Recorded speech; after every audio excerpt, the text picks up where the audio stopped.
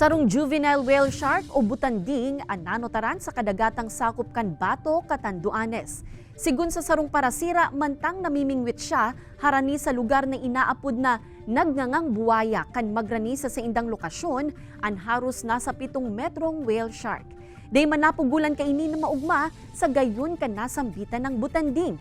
Sigun sa BFAR Catanduanes, seasonal ang pagpasiring kan mga butanding sa lugar. Ang presensya kan butanding ang nagpapahiling subuot na mayaman asin malinig pa ang kadagatan sa nasambitan ng banwaan. Huwag mo man ta, at least di man ga ano, di man ga hari so yes sa karmi sa Catanduanes. Kada season talaga ning turingan. Iba ning gaya ni permi. Most likely sir, ang dahilan niyan po, nandyan yung natural food nila. Since ang mga butanding po is filter feeders po sila.